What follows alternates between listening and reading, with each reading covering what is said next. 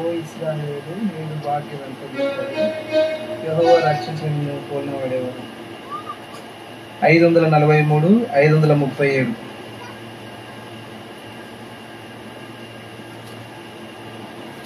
543 కొత్త పుస్తకంలో, 537 పాత పుస్తకంలో. ఓ ఇశ్రాయేలు నీ భాగ్యం ఎంత గొప్పది.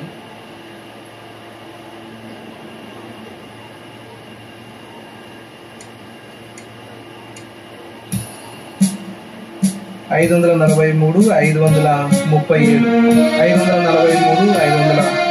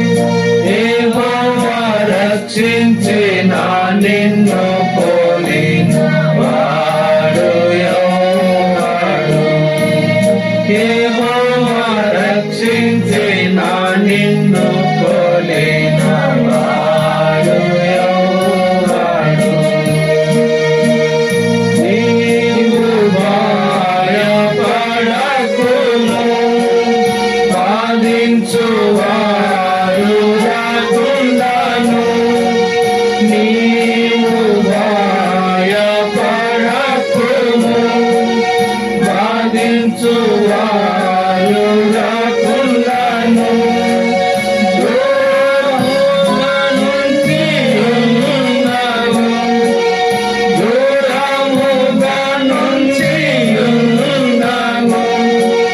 నీకు తోడై ఉన్నాను. నీకు తోడై ఉన్నాను. ఇశ్రాయేలుని భాగ్యమెంత గొప్పది.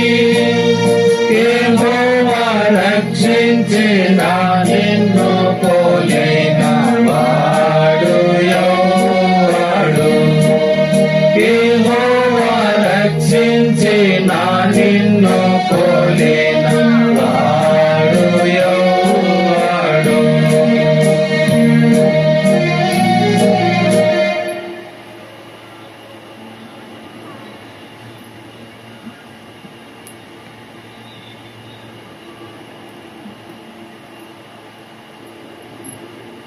రండి దేవుని బిడ్డారా, దేవుని వాక్యం చదువుకుందామండి. తిమోతికి రాసిన మొదటి పత్రిక, అపోస్తలుడైన పౌలు తిమోతికి రాసిన మొదటి పత్రిక, మొదటి అధ్యాయము 5వ వచనము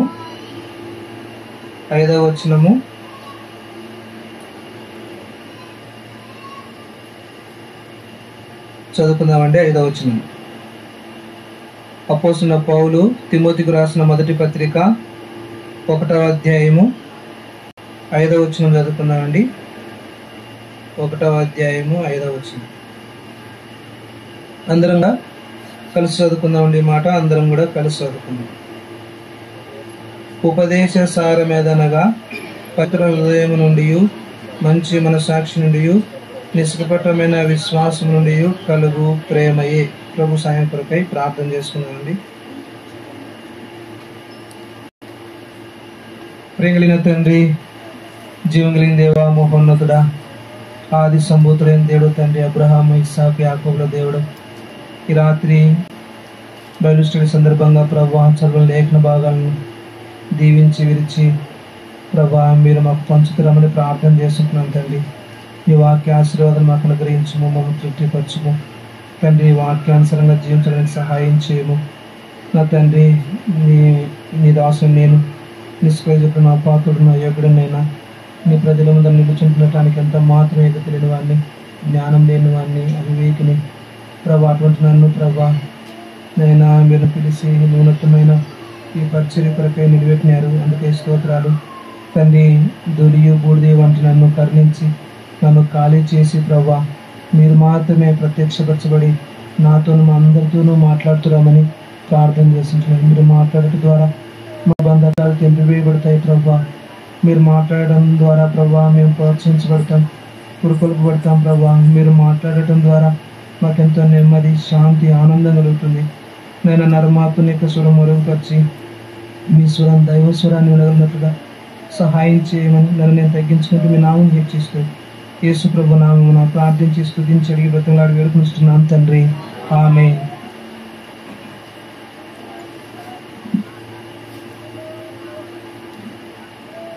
దేవుని బిడ్డలారా, ఈ రాత్రి చదువుబడిన లేఖన భాగాల్లో అపోస్తలుడైన పౌలు తిమోతికి రాస్తూ మొదటి అధ్యాయం, తిమోతికి రాసిన మొదటి పత్రిక 1వ అధ్యాయం 5వ వచనంలో ఉపదేశ సారమేదనగా పవిత్ర హృదయము నుండి మంచి మనస్సాక్షి నుండి నిష్కపటమైన విశ్వాసము నుండి కలుగు ప్రేమయే అని చెప్పి రాస్తా ఉంటూ ఉన్నాడు. కాబట్టి ఉపదేశ సారం, ఉపదేశం యొక్క సారం, శక్తి, ఈ యొక్క ఉపదేశం యొక్క శక్తి అనేది మనం ఎరగాలనేది దేవుని యొక్క ఉద్దేశం. పౌలు మరి తిమోతికి రాస్తూ ఈ యొక్క ఉపదేశ సారము గురించి రాస్తా ఉంటున్నాడు. ఎన్నో సంవత్సరాల నుంచి మరి మనం రక్షింపబడిన నాటి నుంచి ఎంతో విస్తారంగా మనం దేవుని యొక్క వర్తమానాలు వింటా ఉన్నాం. ఎన్నో ఉపదేశాలు మరి మనం వింటా వచ్చినాం. అయితే ఆ సారం ఏంది? ఉపదేశ సార మేదనగా పవిత్ర హృదయము నుండి, మంచి మనసాక్షి నుండి, నిష్కపటమైన విశ్వాసం నుండి కలుగు ప్రేమయే అని రాస్తా ఉంటాడు. చూడండి 12వ కీర్తన ఉపదేశ సారం యొక్క శక్తి మనం చూస్తే 12వ కీర్తన 6వ వచనంలో అక్కడ మనందరికి పరిచయమైన మాటే, యెహోవా మాటలు ఎలాంటివంట? పవిత్రమైనవి, అవి మట్టి మూసలో 7 మార్లు కరిగి ఊదిన వెండి అంత పవిత్రములు. కాబట్టి యెహోవా మాటలు ఎలాంటివంట? ఈ యొక్క ఉపదేశము, ఈ ఉపదేశం యొక్క సారం ఎలాంటిదంటే పవిత్రమైనది. ఈ ఉపదేశంలో ఉన్న శక్తి, ఈ ఉపదేశంలో ఉన్న ఈ మాటల్లో ఉన్న సారము ఎలాంటిదంట? పవిత్రమైనదంట. పవిత్రమైనది అని రాస్తా ఉన్నాడు. అదే సమయంలో అవి మట్టి మూసలో 7 మార్లు కరిగి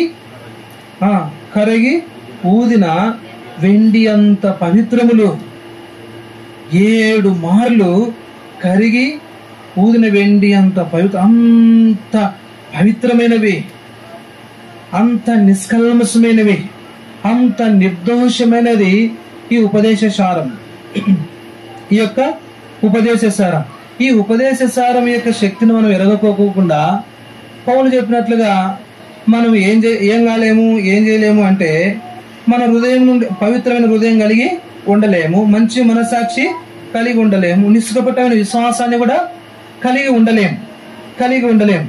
కాబట్టి అయితే చూడండి, ఇక్కడ దేవుని యొక్క వాక్యము ఎలాంటిదంటే యెహోవా మాటలు పవిత్రమైనవి, అవి మట్టి మూసలో 7 మార్లు కరిగి ఊదిన వెండి అంత పవిత్రములు అని చెప్పి ఎంత పరిశుద్ధమైనవో, ఎంత తేట అయినయో దేవుని యొక్క వాక్యము, మాటలు, ఉపదేశము. మరి ఆ ఉపదేశ సారం గురించి వెల్లడిపరుస్తా ఉన్నాడు భక్తుడు, కీర్తనాకారుడు. చూడండి 2వ సమూయేలు గ్రంథంలో 22వ అధ్యాయం 31వ వచనంలో, 2వ సమూయేలు గ్రంథం 22వ అధ్యాయం, 2వ సమూయేలు గ్రంథము 22వ అధ్యాయం 31వ వచనంలో అక్కడ దేవుడు యథార్థవంతుడు, యెహోవా వాక్కు ఎలాంటిదంట? నిర్మలము, ఆయన శరణుదొచ్చు వారందరికీ ఆయన కేడెము. యెహోవా వాక్కు ఎలాంటిదంట? నిర్మలమైనది. యెహోవా వాక్కు ఎంతో పవిత్రమైనది, ఎంతో నిర్మలమైనది. ఆ వాక్యము మనకి ఏంగా పనిచేస్తుందంటే, ఆయన శరణుదొచ్చు వారందరికీ ఆయన ఏమైనాడు? కేడెముగా ఉన్నాడు. మన జీవితాల్లో రాబోయే ప్రతి శ్రమలో, వ్యాధుల్లో, బాధల్లో, శోధనలలో, ఇరుకుల్లో, సాతానుడు చిక్కుబెట్టే మరి ప్రతి పాపములో, వాటన్నిటి నుండి దేవుడు మనకి ఏమైనాడు? కేడంగా ఉన్నాడు. అపవాది వేసే ప్రతి బాణము నుండి మనల్ని తప్పించడానికి దేవుని వాక్యం మనకు ఏంగా పనిచేస్తుంది? కేడెముగా. అబ్రహాం దగ్గరికి దేవుని వాక్యం ద్వారానే వచ్చినాడు. అప్పుడు అబ్రహాంతో అంటున్నాడు, అబ్రహామా నేను నీ కేడెము అని చెప్పినాడు. కాబట్టి అబ్రహాముకు దేవుడు కేడంగా ఉన్నట్లుగా నేడు నీ జీవితంలో, మనందరి జీవితాల్లో కూడా దేవుడు ఎట్లా ఉన్నాడంటే కేడంగా ఉన్నాడు. దేవుని యొక్క వాక్యము కేడము. అందుకనే దేవుని వాక్యం పవిత్రమైనది, నిర్మలమైనది. ఈ వాక్యం మనకు కేడెము. కాబట్టి దేవుని బిడ్డలారా, ఈ దేవుని వాక్యం మనల్ని సాతాను యొక్క మరి శోధనల నుండి, పరీక్షల నుండి, అనేక రకాలైన శ్రమల నుండి, విపత్తుల నుండి, ఎన్నో బాధల నుండి, ఎన్నో రకాలైన మరి సమస్యల నుంచి, ఈ సాతాను యొక్క విపత్తుల నుండి, వాని యొక్క ఉచ్చు నుండి దేవుని యొక్క వాక్యం మనం ఏం చేస్తుంది? కాపాడుతుంది. ఎట్లా కాపాడుతుంది? కేడముగా ఉండి మనకు అడ్డుపడుతుంది. మన చెంతకు రాకుండా మనకు ఆ యొక్క గాయములు తగులుకోకుండా మన వరకు రాకోకుండా దేవుని యొక్క వాక్యం అడ్డుపడుతుంది. అందుకని 91వ కీర్తనలో భక్తుడు రాస్తూ, నా కుడి ప్రక్కన 1000 మంది పడినను, చదువు 91వ కీర్తనలు 91.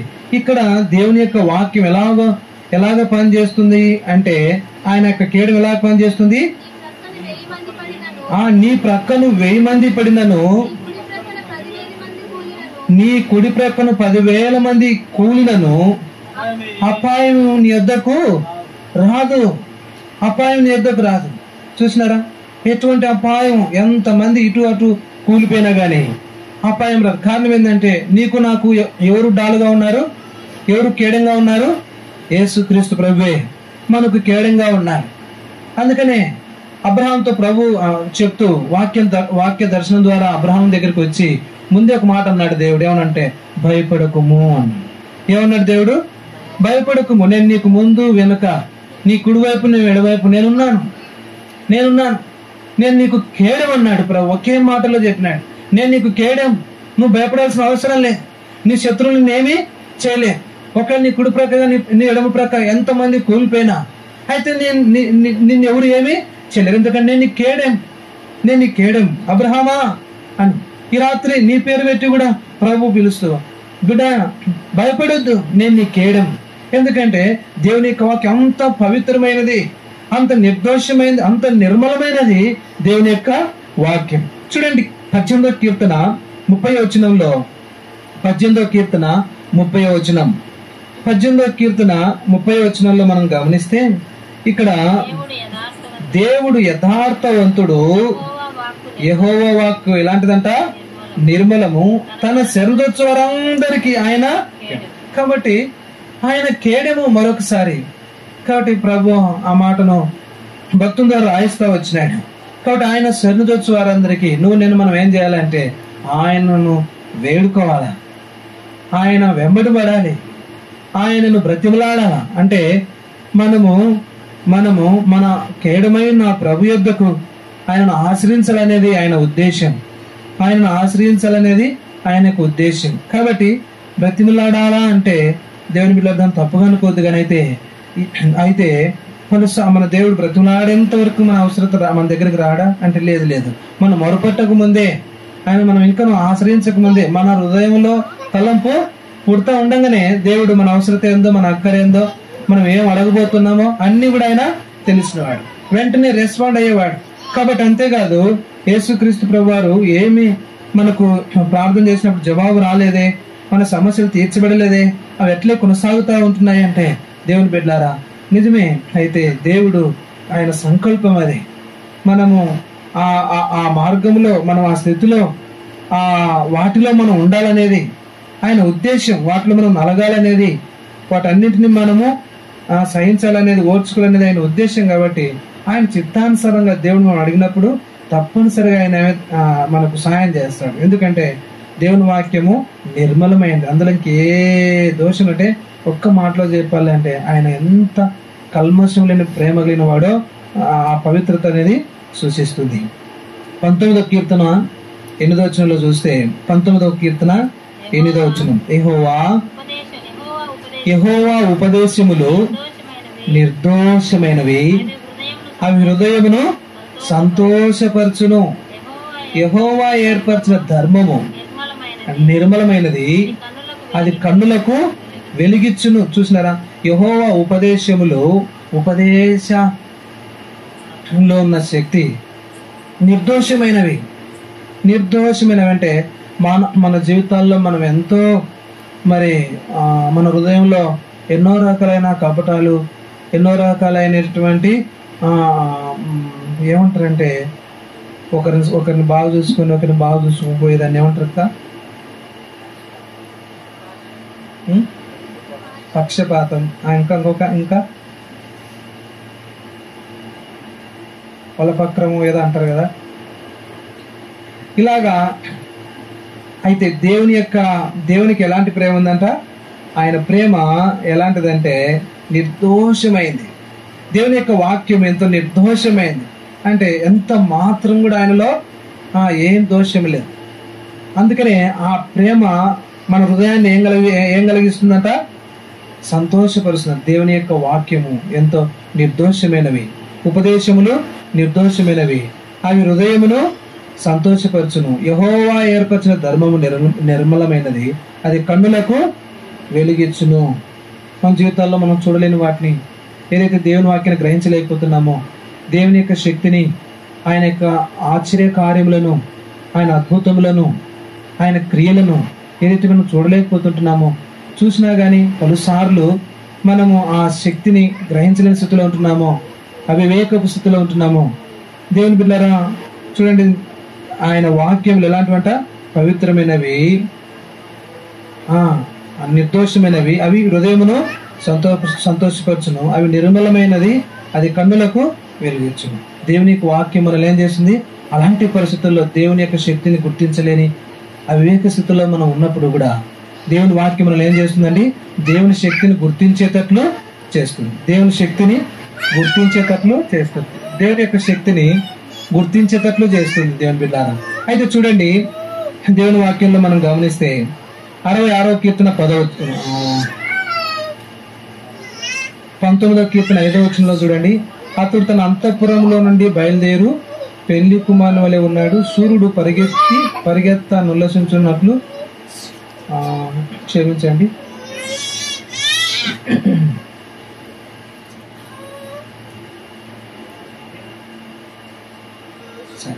రండి 66వ కీర్తన 10వ వచనం. 66వ కీర్తన 10వ వచనం. 66వ కీర్తన 10వ వచనంలో 66వ కీర్తన 10వ వచనం. 66వ కీర్తన 10వ వచనంలో, దేవా నీవు మమ్మను పరిశీలించి ఉన్నావు, వెండిని నిర్మలము చేయ రీతిగా మమ్మను నిర్మలను చేసి ఉన్నావు. కాబట్టి దేవుని యొక్క వాక్యం మనల్ని ఏం చేస్తుందంటే నిర్మలుగా చేస్తుందంట. దేవుని యొక్క వాక్యం మనల్ని నిర్మలుగా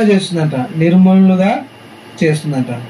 కాబట్టి వెండిని నిర్మలం చేయ రీతిగా దేవుని వాక్యం మనల్ని ఏం చేస్తుందంట? నిర్మలుగా చేస్తుందంట. 119వ కీర్తన 140వ వచనంలో, 119వ కీర్తన 140వ వచనం, 140వ వచనంలో మనం గమనిస్తే, నీ మాట మిక్కిలి సత్యమైనది, అది నీ సేవకునికి ప్రియమైనది. కాబట్టి దేవుని బిడ్డలారా, నీ మాట మిక్కిలి ఎలాంటిదంట? దేవుని మాట స్వచ్ఛమైనది. దేవుని యొక్క మాట స్వచ్ఛమైంది, అది నీ సేవకునికి, నీకు, నాకు, మనందరికీ కూడా ఎంతో ప్రియమైనదని చెప్పి రాస్తా ఉంటున్నాడు. కాబట్టి నీ మాట మిక్కిలి స్వచ్ఛమైనది. దేవుని మాట, దేవుని ప్రేమ ఎంతో స్వచ్ఛమైనది దేవుని బిడ్డలారా. కాబట్టి దేవుని వాక్యంలో ఉన్న శక్తి అది. దేవుని వాక్యంలో ఉన్న శక్తి ఉపదేశ సారం. అది ఉపదేశ సారంలో ఏముందంటే యెహోవా వాక్కు మిక్కిలి స్వచ్ఛమైనది, పవిత్రమైనది, నిర్మలమైనది, నిర్దోషమైనది కదా. ఇది ఉపదేశ సారం. సామెతల గ్రంథకర్త రాస్తూ 30వ అధ్యాయం 5వ వచనంలో, సామెతలు 35లో 30వ అధ్యాయం 5వ వచనం, సామెతలు 30వ అధ్యాయం 5వ వచనంలో, దేవుని మాటలన్నీ పుటము పెట్టబడినవే, ఆయనను ఆశ్రయించు వారికి ఆయన కేడము. దేవుని మాటలన్నీ కూడా ఏం చేయబడినాయంట? పుటం వేయబడినవే. ఏ పొరపాటు అనేది లేదు దేవుని మాటల్లో. ఎటువంటి పొరపాటు కానీ, ఎటువంటి మరి దానికి ఇంకా పోల్చడానికి వీలే లేదు. అంత కరెక్ట్ అయిన మాటలు, అంత తేట అయిన మాటలు, అంతగా పుటం వేయబడ్డాయి దేవుని యొక్క మాటలు అన్ని కూడా. ఒక్కటి కాదు, అన్ని దేవుని మాటల ప్రతి మాట కూడా పుటం వేయబడినవే. అందుకనే ఈ మాటలు మనకు ఏంగా ఉన్నాయంటే కేడంగా, సహకారంగా మనల్ని ఈ లోకపు మాలిన్యం నుండి, ఈ లోకపు కీడు అపాయాల నుండి తప్పించేదిగా దేవుని వాక్యము ఉంటాం. అందుకనే అపోస్తలుడైన పౌలు తిమోతికు రాస్తూ ఉపదేశ సారం, ఎంతో దేవుని వాక్యం మనం వింటున్నాం, ఎన్నో ఉపదేశాలు కదా ఈ దినాల్లో విరివిగా ఇంకా మనము దేవుని మందిరంలోను యూట్యూబ్లలోను కదా శిల్పంలో అన్నిటిల్లో దేవుని వాక్యం ఆన్లైన్లో అంత లెక్కలా మనం వాట్సాప్లలో కదా మరి అనేక రకాలుగా ఇన్స్టాగ్రామ్లలో మరి టెలిగ్రామ్లలో ఎంతో వర్తమానాన్ని వింటా ఉన్నాం, ఎన్నో ఉపదేశాలు మనం వింటా ఉన్నాం. అయితే ఇక్కడ ఉపదేశ సారం ఏదనగా పవిత్ర హృదయం నుండి, ఏ హృదయం నుండి? పవిత్ర హృదయం. ఉపదేశ సారం పవిత్ర హృదయం. అనేక సార్లు మన జీవితాల్లో మన హృదయం ఎలాంటిదంటే ఇర్మియా గ్రంథం 17:9 హృదయం మోసకరమైంది, అది ఘోరమైన వ్యాధి గలది, దాన్ని గ్రహింపగలవాడేవాడు. మన హృదయాలు ఎలాంటివి అంటే అవి ఘోరమైన వ్యాధితో నింపబడ్డాయి, ఘోరమైన వ్యాధితో, దుర్మార్గతతోనూ దుష్టత్వంతోనూ ఎంతో కల్మషంతో నింపబడ్డాయి మానవుని యొక్క హృదయం. మన హృదయాలు ఏమాత్రం పవిత్రమైనవి కావు. కాబట్టి ఇవి ఘోరమైన వ్యాధితో నింపబడ్డాయి. మానవుని యొక్క హృదయం ఎలాంటిదంటే ఘోరమైన వ్యాధితో నింపబడింది. అందుకనే ఈ హృదయంలో యొక్క ఆలోచనల గురించి చెప్తూ ఆదికాండం 6వ అధ్యాయంలో 5వ వచనంలో, ఆదికాండం 6వ అధ్యాయం 5వ వచనంలో ప్రభువే చెప్తున్నాడు ఏమంటే, నరుల చెడుతనము భూమి మీద గొప్పదనియు వారి హృదయం యొక్క తలంపులన్నీ వారి ఊహంతయు ఎల్లప్పుడూ కేవలం చెడ్డది. కాబట్టి మానవుని యొక్క హృదయం ఎలాగుందంటే అది పవిత్రంగా లేదు. ఎట్లుంది అంటే అది ఘోరమైన వ్యాధితో నింపబడింది.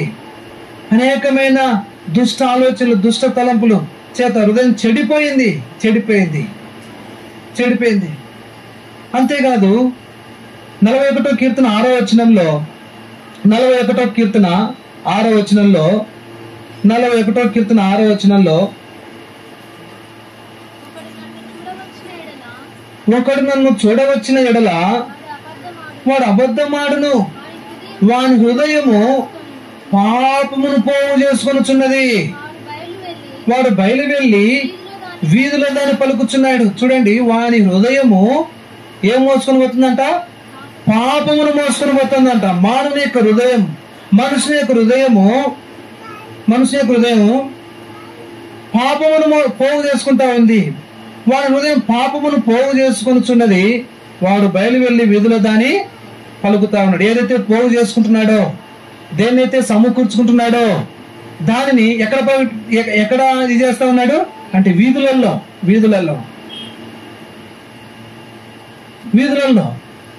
ఈ రాత్రి ప్రియ సోదరి సోడా, అలాగనే జీవితంలో ఒకవేళ పాపాన్ని పోగు చేసుకుంటా ఉన్నావా? నీ హృదయం అంతా పాపంలో మునిగిపోతా ఉందా? నీ హృదయం అంతా పాపం చేత నింపబడిందా? పాపమును పోగు చేసుకొని వీధులలో ఆ పాపము ప్రకటిస్తూ ఉంటున్నావా? చాలాసార్లు మనం ఎరుగుదము, సిగ్గుపడాల్సిన వాటిలో మానవుడు ఏం చేయడం లేదు, సిగ్గుపడడం లేదు. యూట్యూబ్లలో వాటిలో ఇళ్లలో లెక్కకు ఆశపడి సిగ్గుపడాల్సిన కార్యాలు, అరే ఇదంతా చూస్తారే, మనం చిన్న పాట పాడితేనే తప్పు పాడితే ఎవరేమనుకుంటారు అని చెప్పి ఇంతగా టెన్షన్ పడుతున్నాం. కానీ యూట్యూబ్లలో మనం వాళ్ళను ఆకర్షించుకోవడం కొరకు చండాలంగా ప్రవర్తిస్తూ ఉంటారు.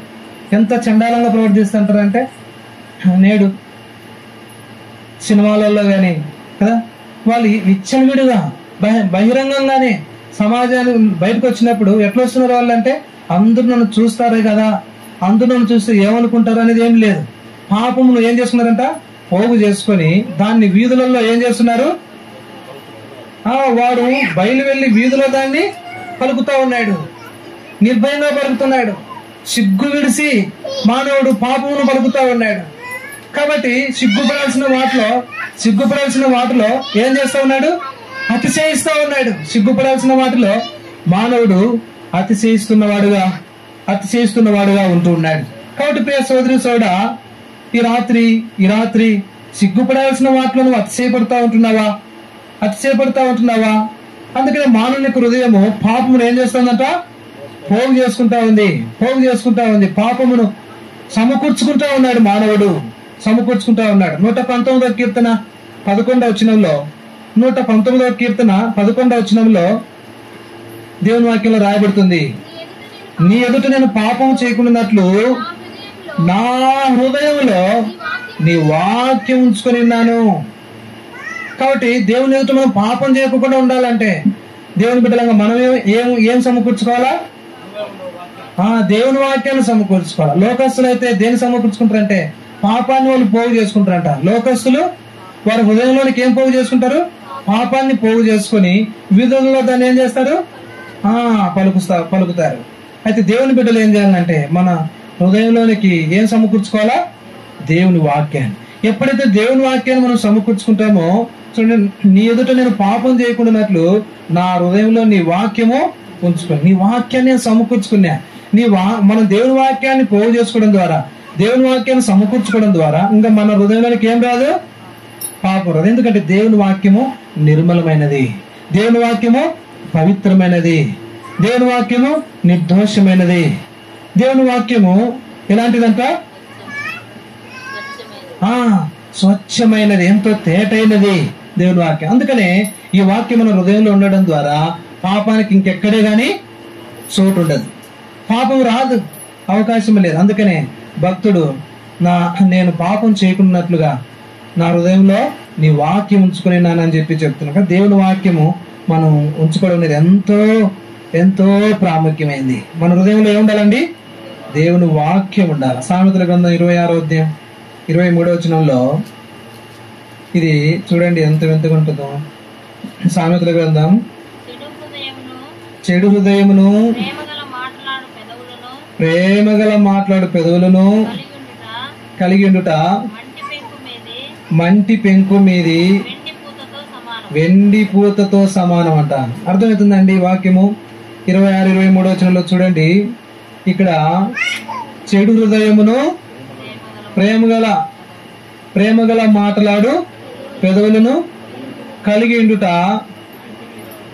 ఎవరైతే హృదయంలో చెడు ఉంచుకుంటారో, ఇక్కడ అది ప్రాముఖ్యమైనది.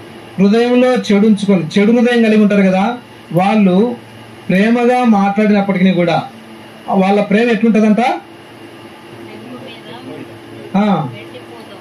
పెంకు ఉంది కదా, పగిలిపోయే పెంకు, ఆ పెంకు పైన వెండిపూత ఊసినట్లు ఉంటదంట. ఏమైతుంది? వెండిపూత ఊసినా కానీ కింద పడితే పగిలిపోతుంది. అంటే అది వాళ్ళు ఎంత వాళ్ళ ప్రేమ నిజంగా ఎంత మంచి ప్రేమరా అనుకుంటాము. అయితే చెడు హృదయమును ప్రేమగల మాట్లాడు పెదవులను కలిగినట మంటి పెంకు మీది వెండి పూతతో సమానము. 24లో పగవాడు పెదవులతో ఏం చేస్తాడంట?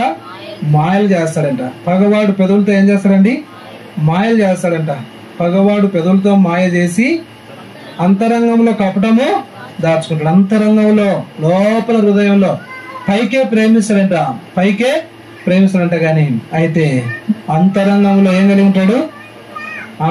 అంతరంగంలో భయంకరమైన కపటమును కలిగి ఉంటాడంట. కాబట్టి ఇలాగ నేను చాలా మందిని గమనిస్తా చూసిన దేవుని బిడ్డలారా, పైకి వారి ప్రేమ ఎట్లుంటది? పెంకు మీది వెండిపూత వేసినట్లు ఉంటది, మెరుస్తూ ఉంటది వారి ప్రేమ, అట్లుంటది.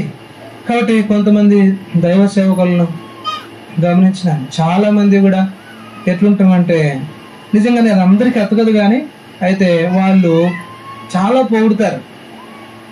చాలా పొగడము మొత్తానికి ఎదిగిన వారి ఏదో ఒక రకంగా మొత్తానికి ఎదిగిన ఏం చేస్తారంటే గ్రిప్ లో పెట్టుకొని ఉంటారు. వారి మాటలు అట్లా ఉంటాయి, వారి మాటలు అలాగే ఉంటాయి, అట్లా తీయగా ఉంటాయి. అయితే అందరికి అది సాధ్యం కాదు. అందరూ అలాగ నమ్మించాలంటే నమ్మిలేరు. అందరికి ఆ వరం అనేది దొరకదు. అందరూ అలాగా నటించలేరు. కొంతమందికి మాత్రమే నటించడం వస్తుంది కానీ అందరూ అలాగా నటించలేరు. చూడండి, ఈ భాగంలో భక్తులు చెప్తున్నాడు, పగవాడు పెదవులతో ఏం చేస్తాడంట? మాయ మాటలు మాయ చేస్తాడంట. అంతరంగంలో ఏం పెట్టుకుంటాడంట? కపటం దాచుకుంటాడంట. 25లో వాడు దయగా మాట్లాడినప్పుడు వాని మాట నమ్మకము, వాని హృదయంలో 7 హేయ విషయములు కలవు. ఎన్ని విషయాలు ఉన్నాయంట? 7 హేయ విషయాలు. 7 హేయ విషయాలు. 26లో వాడు తన ద్వేషమును కపట వేషము చేత దాచుకును, సమాజంలో వాని చెడుతనము బయలుపరచబడును. అయితే దాగదు అది. ఒక దినాన్ని ఏమవుతుందంట? అది వ్యక్తిగతంగా బయలుపరచబడదు కాదు, సమాజం ఎదుటనే బయలుపరచబడుతుంది. ఎంత ప్రమాదం అది, ఎంత ప్రమాదం అది కదా. మానవుని యొక్క హృదయం చూడండి, మానవుని యొక్క హృదయం ఎంత భయంకరమైంది కదా, ఎంత భయంకరమైంది కదా. దేవుని బిడ్డారా, ప్రభు బిడ్డారా, ఈ రాత్రికాల సమయంలో మానవుని యొక్క హృదయంలో ఎంత కపటమో, ఎంత పైకి ప్రేమ, ఎంత నటన కదా, ఇలాంటివి కలిగి ఉంటాం. దైవం మాట్లాడినను ఏం చెప్తుంది వాక్యం? నమ్మొద్దు అని చెప్తుంది. కాబట్టి దేవుని బిడ్డారా, ప్రభు బిడ్డారా, అలాంటిది ప్రసంగిలో 9:3 చెప్తూ ప్రసంగి 9:3 ఈ మాట అంటున్నాడు. ఏమంటున్నాడు అంటే దేవుని బిడ్డారా చూడండి, 9:3 మానవుని హృదయము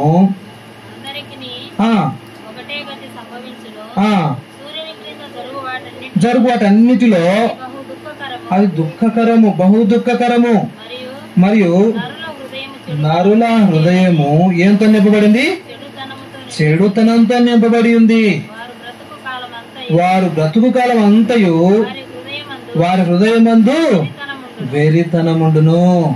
తర్వాత వారు మృతుల యొద్దకు పోదురు, ఇదియునో దుఃఖకరం. వారి హృదయం, మనుషుని హృదయం ఎట్లుందంట? చెడుతనంతో నింపబడిందంట, వెర్రితనం ఉందంట. హృదయం అంతా ఏముందండి? వెరితనం ఉంది. హృదయం అంతా వెరితనం ఉంది. కాబట్టి ఈ రాత్రి సోడా దేవుని యొక్క వాక్యం నిర్మలమైనది, ఎంతో పవిత్రమైనది, నిర్దోషమైనది, ఎంతో తేటైనది దేవుని వాక్యం. కాబట్టి ఉపదేశ సారం అది, దేవుని యొక్క శక్తి. అయితే దేవుని యొక్క ఈ శక్తి ద్వారా పవిత్ర హృదయం నుండి ఈ మాటలు పవిత్ర హృదయం నుండి, మంచి మనసాక్షి నుండి, నిష్కపటమైన విశ్వాసం నుండి కలుగు ప్రేమయే. అయితే మానవుని హృదయం ఎట్లుంది అంటే పవిత్ర హృదయం అనేది లేదు. పవిత్ర హృదయం మానవునిలో లేదు. ఎంతో భయంకరమైన చెడు హృదయము మానవుడు కలిగి ఉంటున్నాడు. తర్వాత రెండవదిగా మంచి మనసాక్షి. ఇప్పటికే సమయం అయిపోయింది కదన్నా, కాబట్టి రండి ఈ మాట కొన్ని మాట మాత్రమే చూసుకుందాం.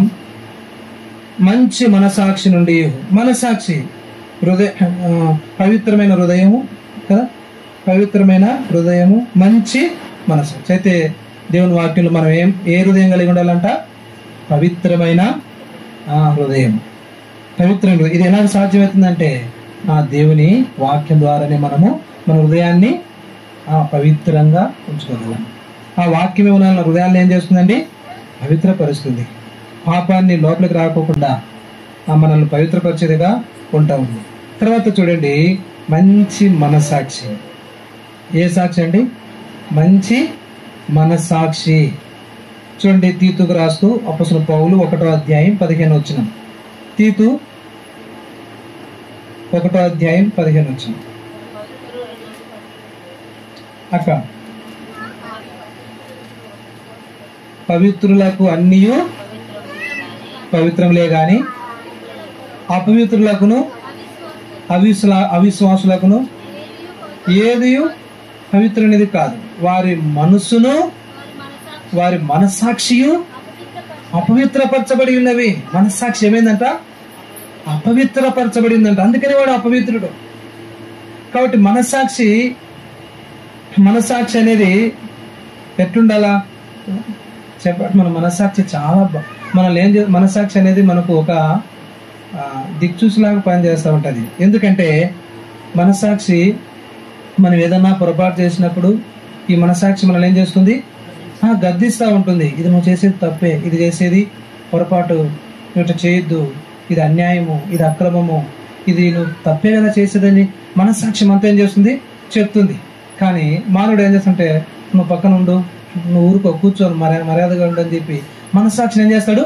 అణచివేస్తాడు. మనస్సాక్షిని అణచివేస్తాడు. అందుకనే ఇక్కడ తీతుకు అపొస్తలుడైన పౌలు తీతుకు కూడా రాస్తూ ఏం చెప్తున్నాడంటే, తీతు పవిత్రమైన పవిత్రులకు అన్ని పవిత్రములే గాని అపవిత్రులకును అవిశ్వాసులకును ఏది పవిత్రమైనది కాదు. ఎందుకు? వారి మనస్సాక్షి ఎట్లుందంటే అపవిత్రపరచబడిపోయింది. కాబట్టి వారి యొక్క మనస్సాక్షి ఏమైపోయిందంటే వారి మనస్సును వారి మనస్సాక్షి అపవిత్రపరచబడి ఉన్నవి.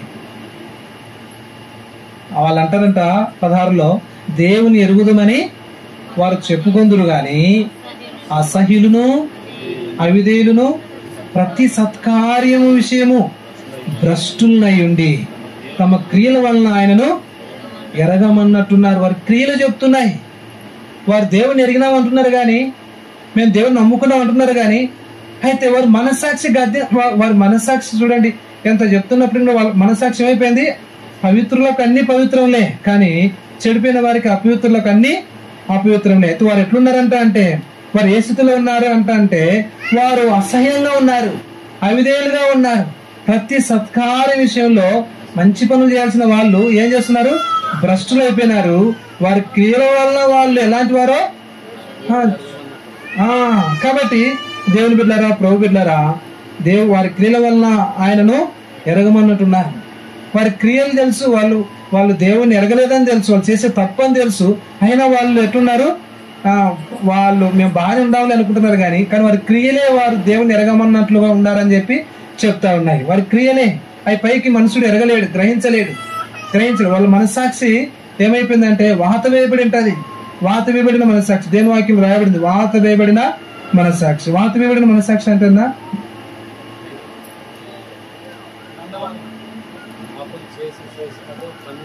చేయదు. వాత మనము ఎవరైనా తప్పు చేస్తే ఏం చేస్తాం? వాత వేస్తారు.